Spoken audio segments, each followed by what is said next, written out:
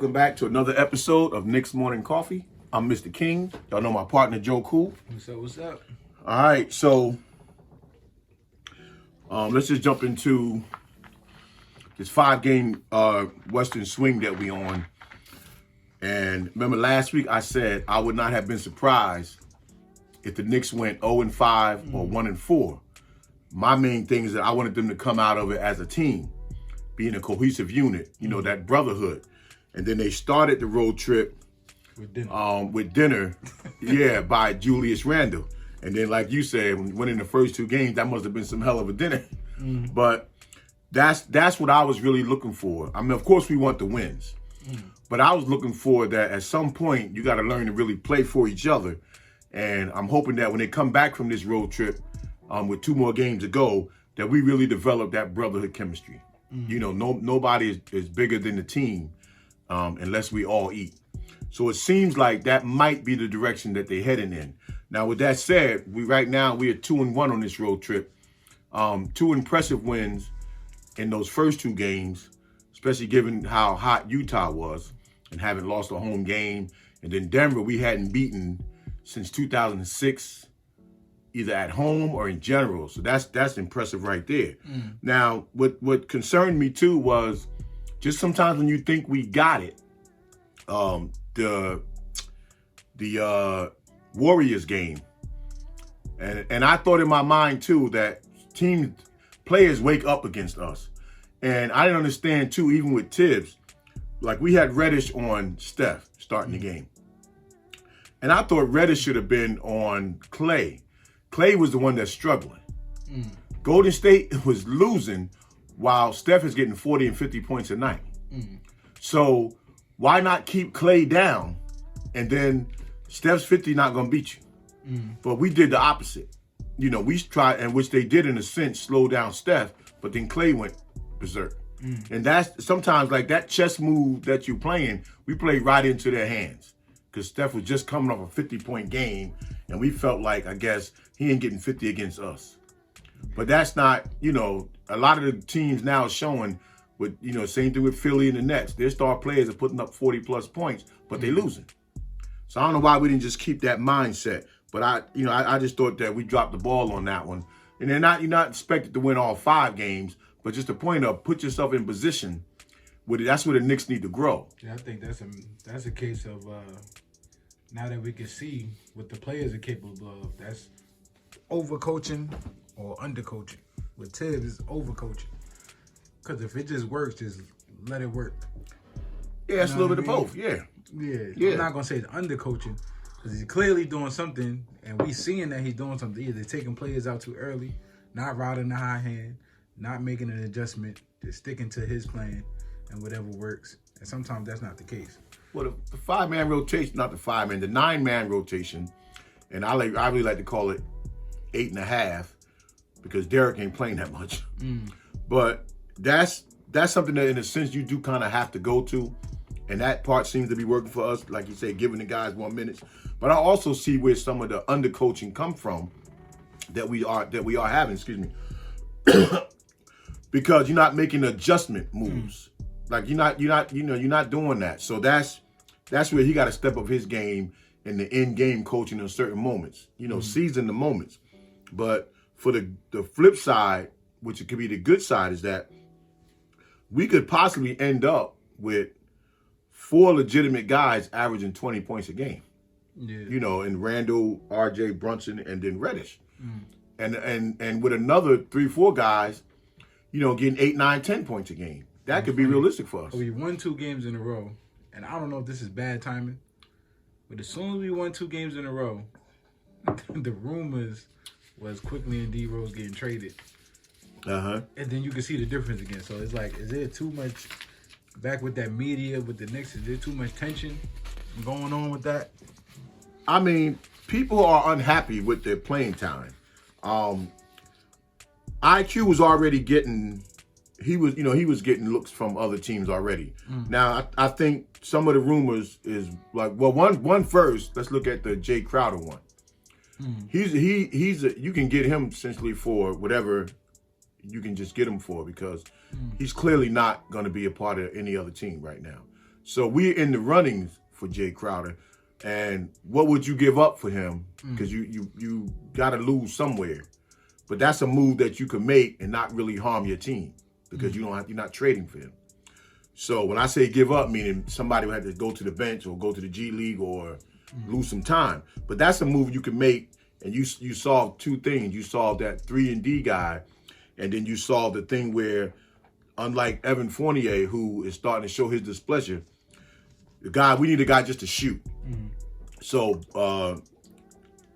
Crowder would definitely give us that. He would be able to guard another threes perimeter player, and then he also wouldn't hesitate to take the three if it's open. Whereas what Fournier is doing, we love Fournier, but he's doing that to himself because Fournier, you're not using your greatest asset, which is shooting. So that would be a welcome addition. The Bleacher Report also, remember, put out the trade for, now KD is saying this is why he asked for a trade with the stuff the Nets are going through. And then he's probably going to get it now because now you called out your starting unit. He called out everybody in his starting unit, and he said, well, Lou, what do you expect from them guys? Look what we got. Look what we putting out on the floor. Now, that's messed up for anybody to say. Yeah. But now you almost really writing your own ticket. Now, the Bleacher Report, one of the things they put out. And him saying that, and I like KD, his game, but this is why I be frustrated with KD. Because at the end of the day, you a superstar, and you're supposed to be the game changer. Why do people pay you guys all this money? Same thing with LeBron James, for that mess. And just like you're supposed to make these players better. This is why you had to go to Golden State. So when people was coming at him for Golden State, and I'm saying as great as y'all think he is, he just can't do it. He's just a great player that just really is what he do. But that's what the league is, though. The league, you try to make your best player your leader, and that's not always the case. But the trade that the Bleacher Report put out is going to eventually start taking on some legs because it had us getting KD, them getting Julius, IQ, Rose, and then 4 first-round picks, 2 in 23, 1 in 25, 1 in 27. So that eventually is going to start, if the Nets bite on stuff like that, that's going to open up some eyes in terms of would you or shouldn't you. I'm talking about when he going to get to New York and be crying that somebody ain't hitting threes again? I mean, that's the thing. That's the chess match. Would they panic, meaning our front office, after the Donovan Mitchell thing? Would they now do that? Because what are we setting? We setting up. I'm not saying go after this trade. So if we got KD, who we be giving up? We giving up. It would be, in this case, it would be Julius, IQ, Rose, and then 4 first-round picks. So a trade like that essentially puts RJ at the 2 and brings Reddish off the bench. I mean, and that opens the door for Deuce. How long do we got KD for? That's another. That's another thing. Because I feel like he would just go to the Knicks and do what was best for him anyway. Until his contract. Well, I think he just signed a new contract. What's funny? You want to side with the players sometimes, but when you look at the way he move, it's like there's no loyalty to the Knicks anyway. Well, nobody. I'm talking about nobody, but especially him.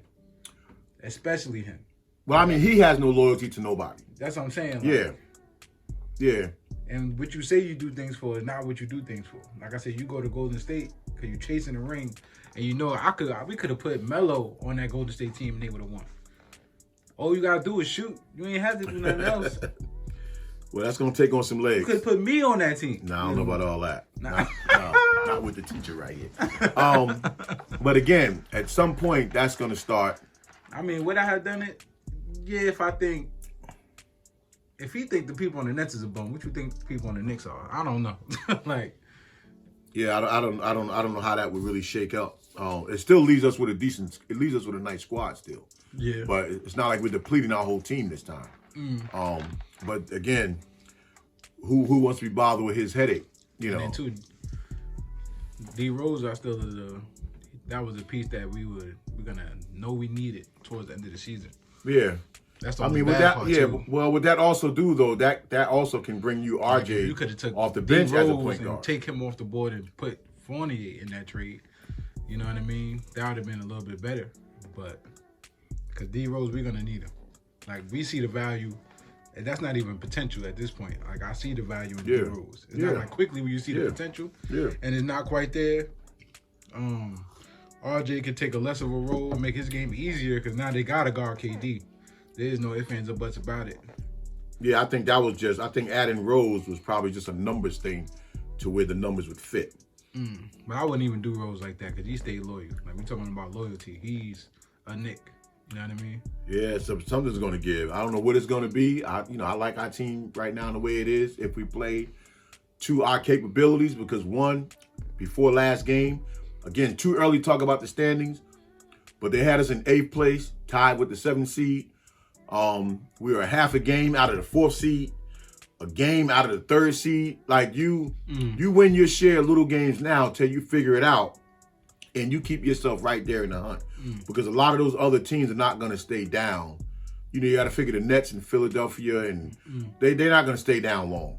So the more you could try to scratch out wins like they did in the previous 2 before the Warriors, the better you set yourself up for when you do make a move. Out, I don't even know why they don't point the fact like Randall, he always gets on my nerves. But he was playing like, damn, if he play like this all the time, I'll never complain. I'll probably have a Randall jersey if you play like that all the time. And then Reddish numbers, remember I pointed out to you how the numbers lie? Reddish probably stayed in the game more than everybody on the team. His numbers didn't reflect that, but you see his presence on the court that it reflected that. Yeah. Like, it was like the numbers between the impact. I mean, I hate to say it, but RJ's 0 for 9 in threes and then 1 for 7 or something like that in threes the other game. Those things, they starting to mount up. And Reddish's play is probably what's keeping RJ's name out of, everybody's mouth. I told you I watched the replays because I couldn't stay up for a couple of the games. When you watching replays, you don't even see RJ. But when you look at his numbers, you're like, well, he played, but there's no impact to it. Yeah, sucks for us because now when these trade rumors do come up and when you got to leverage players, they're not going to want RJ. Not saying that we want to give him up. Not going 5 for 20 and all that. Yeah, like they're not going to want you after that. Now, when we keep you, are you going to go on a downhill now? Are you going to stay the same? Or like, do you understand? Like, and I was rooting for him to have a bigger role this year, but it didn't happen. Well, he's a notorious slow starter in the season. But, right now at this point, he's now going into veteranship.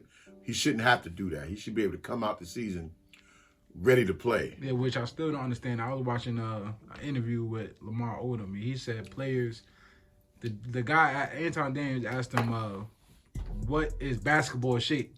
He said, you can run up and down, but can you run up and down and get bumped and have to block a shot and turn around and get down the court? Is that what he struggles with? Is it like, what is it that he's struggling with? Because he's doing everything he normally do. He's just missing layups. He's not finishing. Yeah, I don't know. He's not hitting shots. It's not like he's getting bumped. He's not playing better defense than he normally do. Cam Reddish is doing all that, and he was getting that with less minutes. It's mental. So I don't understand what. I think it's mental, or maybe he has reached his ceiling, and that starship really maybe it's not in his DNA. As a youngster, he had the body to bully people. I guess being the Canadian Mamba coming out of high school, your 1 year at Duke. You did some things that could lead that you could be that guy, but maybe he's really not that guy. So at some point, we got to come to the realization and think about that part. But I know somebody had asked, and from our latest show where we talk about the importance of when we had Reggie Bullock. And of course, Reggie would be nice on this team. A 3-and-D guy. Did we get all we could get out of Bullock? No, we didn't. But a lot of his threes that he missed was wide open threes. And his defense was a lot of things that we didn't notice, that you show up in that kind of defender. But I think having Cam Reddish, for me, put that to rest in terms of he can guard. Reddish can guard the best perimeter player. Now, he's always going to stop him, no. But at least he got the instincts, to be that type of dude. And when he learned the real nuances, and that's going to come from playing time, which he never got. When he learns the real nuances of playing a guy in the perimeter, where to lead him. Like, he can play his man one-on-one, but you got to be able to lead him to another guy to set him up for that help. So when Cam Reddish learns that, you can almost forget about what Reggie Bullock did for us, because Cam can shoot the three, he can get to the hole, he can make the pass. But what I like about Cam Reddish is the same thing I like about Obi. It seems like the game is slowed down and they can make the proper calls. Yeah. Which, again, RJ just not doing. Like, slow the game down. Yeah, I don't know. But RJ might be a case of, we were talking about Dwight Howard before we turned the camera on. Mm-hmm. When you have the ball in your hand and you can do whatever you want, the game's going to come easy because you got that option. You know what I mean? So maybe he had to sit down with Cam and Obi and see what they doing and try to fill that spacing. Because you trying to maybe do what Randall's doing, and y'all, it seems like y'all just can't. When Randall's scoring 35, 11, and 8, you only doing like 16, 2, Yeah, but 4.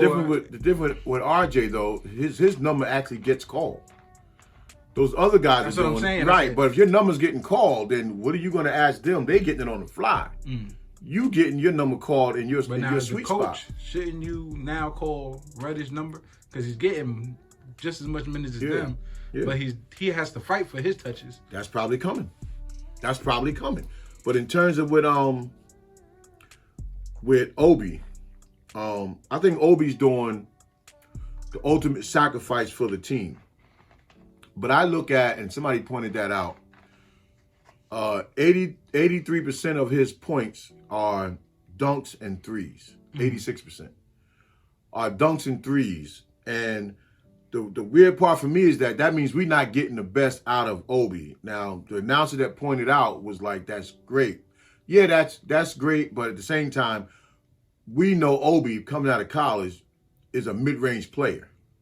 A high-flying, but he's a mid-range kind of player. So we're not even getting the best out of Obi. So he's sacrificing for the team. But until the team really could sacrifice for him and put him in the position to where you make him feel comfortable in those mid-range spots. Meaning, like, I get that extra 2 or 3 seconds to set my man up. You know, like RJ and Randall get. Now you see Reddish is starting to get it. We know Brunson get it. Let's now sacrifice for Obi and give him that. Because once he really gets comfortable in that mid-range, look what he's going to be. That's hard because Randall's in there. Think about it. We play in the park. Me and you's in there. Me and you got to look at each other and say which one of us is going down. We both can't be in there. So if Randall's the guy that we got to give it to, he has to make those play calling. Now, unless he's going to take a step back and give it to Obi and let Obi do what he's. But it's not even got to be. But that's the thing. And then it do have to be. It don't like have to that. be a step back because Randall knows he can go outside. Yeah, that's what I mean. Like a step. Like, I'm just gonna receive the ball. That's a little different. Y'all have to have that communication. Yeah, but it don't gotta be all the time. That's why I say 2 seconds. Yeah, but to set my move up. On the Knicks, it's like I gotta get it where I get it. And if they telling me I can have the ball when I want it, you're not giving that up. Well, no, not when I want it. We're not being naive here. We just talking about. No, I'm talking about Randall. Yeah, but Randall, that's a benefit to Randall, because we're not saying Obi gonna take the 5-6 seconds that the other guys get. We just talking 1-2 seconds to set my man up, not just get it right away and shoot it or get it and swing it. Let me get it and set him up for 2 seconds. For that to happen, they can't keep having Obi, Jericho, they Hartenstein coming to set a screen. That means you're going to have to literally let him post. Because Hartenstein, they say, is a great passer too. Yeah. But for that to happen, you got to let him post up. You're not going to let him post up when Randall is in the post while they setting the screen. No, but I'm saying because Randall is on the outside. Most of the time he's on the perimeter. Right. So where's that going to hurt you? Because they're in the game together now. So where's that going to hurt you? Even if you got Hartenstein, well, you don't got one of them in there because they don't play the 3 bigs that way. So you're not even putting them in the deep post. You're putting them in the mid post, and you throw him the ball, and when you get it in his hand, give him the couple of seconds. We're not giving you the whole shot clock. We're giving you got a few seconds to make a move. Because you look at other teams, they'll still take their other guys. They'll take that 3rd and 4th guy, and they'll still get to have their way. We don't give our guys that. Once we get it, a guy like Obi, he got to get it, do something with it in half a second, and that's it. Yeah, and we're not getting the best out of Obi, but we keep telling Obi sacrifice for the team, but the team is not sacrificing for Obi because one thing we know, when he gets comfortable in that mid post, the damage that he's going to be able to do. Yeah, I don't know why we don't do that anyway, because we go back to Amari Stoudemire. He was making the game so easy that it was ridiculous. Yeah. He was getting the ball high post, free throw line extended. He turned around, the defenders don't step up, he hitting a shot. The defender step up too late, he running past him. Defenders are on him. At the same time, somebody's doing a cut. Or he's kicking it back out to the 3. Now they got to collapse on him. He was he was causing havoc in there. Remember, on pace to be player of the year. Yeah. But we got, 3 or 4 players that could do that. Yeah, but none of them do it. I mean, the game changed from that transition to now, but I don't think it ain't no difference. Well, Mari was the pecking order. Because even Mari so, was the star. We got, even though he wasn't there in Denver, what's his name? The Joker. Then you got maybe even Joel Embiid and Karl Anthony Towns, and that when they pass it to them, free throw line extended, they causing havoc. Even if it's a high 3 post, they causing havoc. Well, because they're the stars of their team, though. So I'm talking about it, but that's the problem. Right. Randall's our star, and he's at the 3-point line. Yeah, but look, Randall. KD also gets the ball free throw line. I can't knock this down because Randall has been going down in the past few games. And I'm talking about so it's been like a man among boys. When you asking Obi, is what I'm saying. Him and Randall have to have that connection to say, because coaches, we clearly ain't throwing plays. So Randall and Obi will have to have that connection to say, listen, you can go down there and do your thing, and when you turn around, I'm here. No, but it's not with Randall. It's Obi in the guards. It's Obi in the guards because Randall's already at the top. So instead of you just flashing Obi sideline to sideline, have him stop in there and throw him the ball. If it doesn't work out, swing it. But once in a while, you're gonna get that matchup down there where you got the spacing to do what you're able to do. And not only does Obi have the move, if he makes the quick move, he can still jump over somebody if he don't. Yeah, but you see where my mind is. My mind is at where the Knicks is at right now. They talking about trading quickly, D Rose. They not thinking about Obi getting the ball in the post. Well, I mean, if you traded Randall, if you got Randall in these trades, yeah. It doesn't have to be the post. Give him the ball where he's comfortable. You trade Randall right now, and we get KD to be in that post area, and he's kicking it out to Obi, he's hitting threes, we don't probably even have a problem with it because we know what KD gonna do down there. That's the problem. If Randall playing how he's been playing for those 2 games, we probably wouldn't even have this conversation where Obi's at, if he's catching dunks or not, because it's working. Because somebody has to do it. Yeah. Somebody has to stay there and just be that threat, knowing you can do it, but you don't really have to do it. Yeah, but remember, my whole thing was from this whole segment was that when they point out that Obi's points at 86% dunks and threes, and that's 35% of those probably is not even Obi's game. Obi's game, you're gonna get the dunks, and you get the occasional 3, but his main game is mixing it up. But also with ESPN, with them numbers being said, remember what was that last week? The numbers was Randall and Obi is 5 and 6 on the leaderboard. And Obi was actually 5 the week before that when I looked up the stats. When I looked up the stats right before we started, they was flip-flop. So even though Obi's getting less minutes, his threes and dunks, his percentage-wise was higher than Randall's. Yeah, but how much? Right there with Randall. So when it's only dunks and threes, that's impressive. To me, like that's impressive. Like for only dunks and threes, and that's not even your game like that. That's impressive. Plus the impact on the court of you be able to find the guards in transition, to be able to find RJ in transition, to be able to kick it back out to Brunson and still do what you do. Grab it. Yeah, that's a credit, and that's a credit to Obi's sacrifice for the team. Right, he knows he's capable of doing more, but he also knows that he's not probably fully comfortable yet. That's why it's going to probably take time for us to force feed him a little bit down there. That doesn't mean he got to shoot it. Get it down there and get comfortable. Yeah, but I can't see Obi going down there talking about Brunson, give me the ball.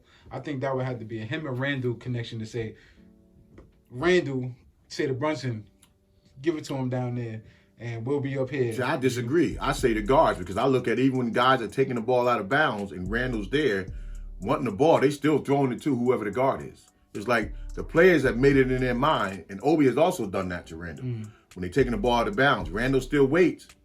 But if Brunson there or RJ's there, they just overlook Randall and throw it, like go do what your game plan is to do. But he's breaking the habit, but you used to what you're used to.